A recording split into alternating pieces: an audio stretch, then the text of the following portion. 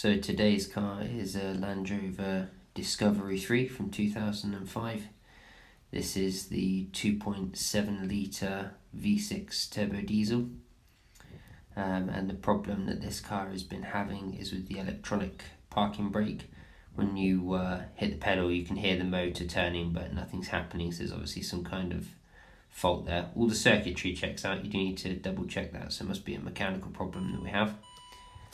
And this is essentially what you see. You start the vehicle,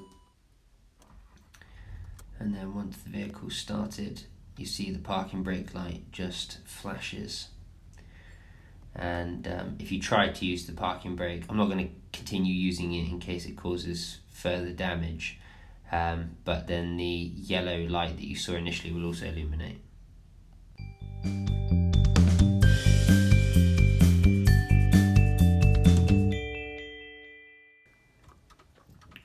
So we're just going to start by jacking up the car. I like to lift it really nice and high.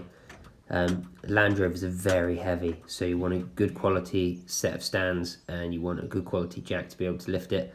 I like to take mine up pretty high. I mean, I'm 6'2", so it's probably about 3 foot, 4 foot off the ground. And to get a little bit of extra space to get to the electronic parking brake module, I like to remove the spare tyre, so that's out of the way.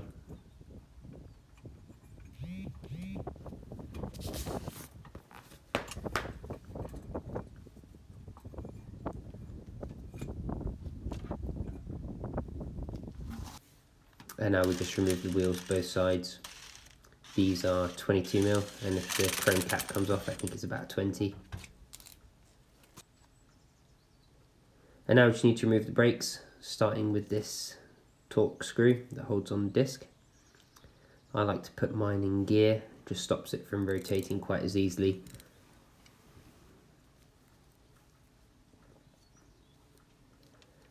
And then we've got these 13s.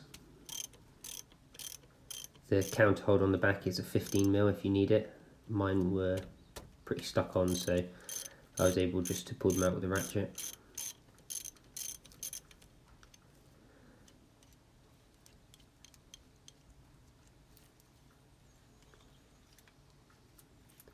And your caliper might need a little bit of persuasion to want to come off. These brakes are going to need a real good service when they go back together. And then once the caliper's out of the way, I just tuck it up on top and then use the poor man's impact wrench to undo these 15s.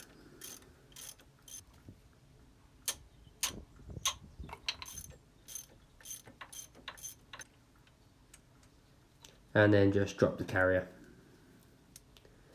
Now your disc may be very difficult to remove. I was fortunate and mine just came straight off.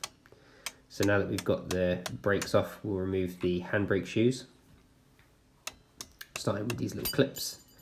They just pop out and that little pin goes through the backing plate. That's what holds the shoes tight. So just tap those out.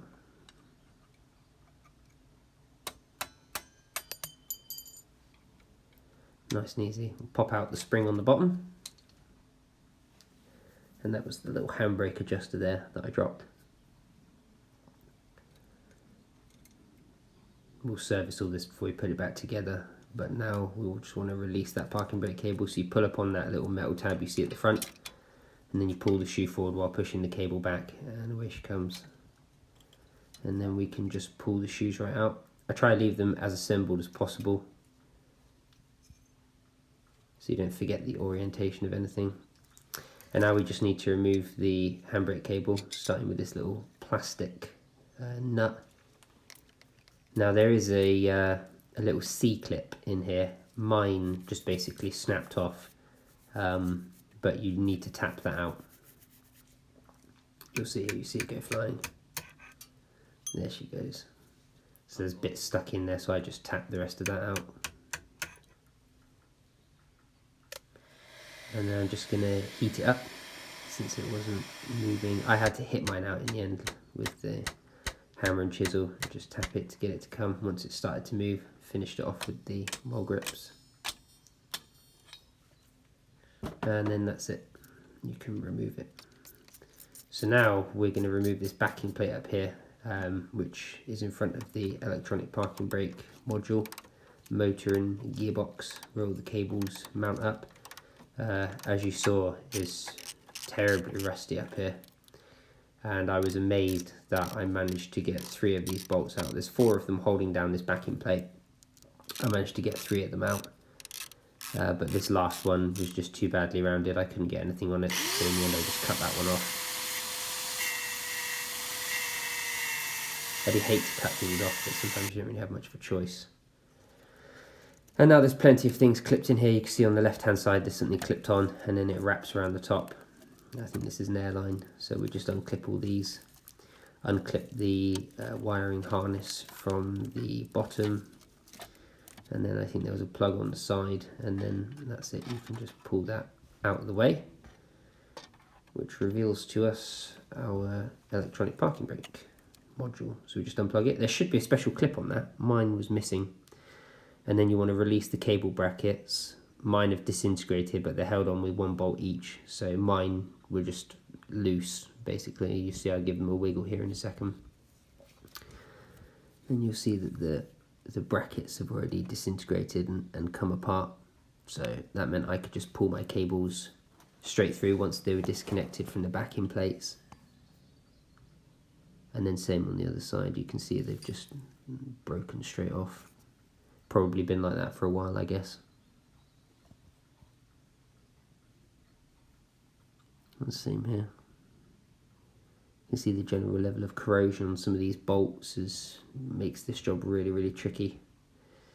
I'd say if you're quite a beginner DIYer, this is not the kind of job to break yourself in on. This was actually really difficult. So we'll just remove the front plate from the module. Inside this module is a circuit board, power and ground for a motor, and then there's a gearbox on the back of the motor, and then there's a release cable and the 2 cables. So we'll start by removing the cables. You just undo these 2 little knurled, threaded nuts on either side, quite large. That's one off. Do the other side. They shouldn't be done up tight, they should just come off straight by hand, but if you need a pair of pliers or something, it shouldn't be a problem. And then on the other side, on this side here, we just want to pull that cable through. There we go. And then you undo the 3 mounting torque screws on the motor, and then you just pull the motor, you have to thread it off of the other cable. And then once you've got it out, we will separate the motor from the gearbox. The motor is the part on the back, the gearbox is the larger white part that we're looking at, the part that's facing up right now. And then once these are out, we'll separate them. The gears come out really easily, you just pull them off. There's a bearing in the back, and that's what should be holding one of the gears in. Generally speaking, the gears usually stay inside the gearbox rather than on the motor. But this was my problem. There's a little clutch spring on this one here, and you can see that some of the plastic has somehow managed to melt or get pulled through the side of the spring, so the spring doesn't work properly. And you can also see how this little cog is bent. Don't know if you can see that. So now I'll show you how to put it all back together in another video.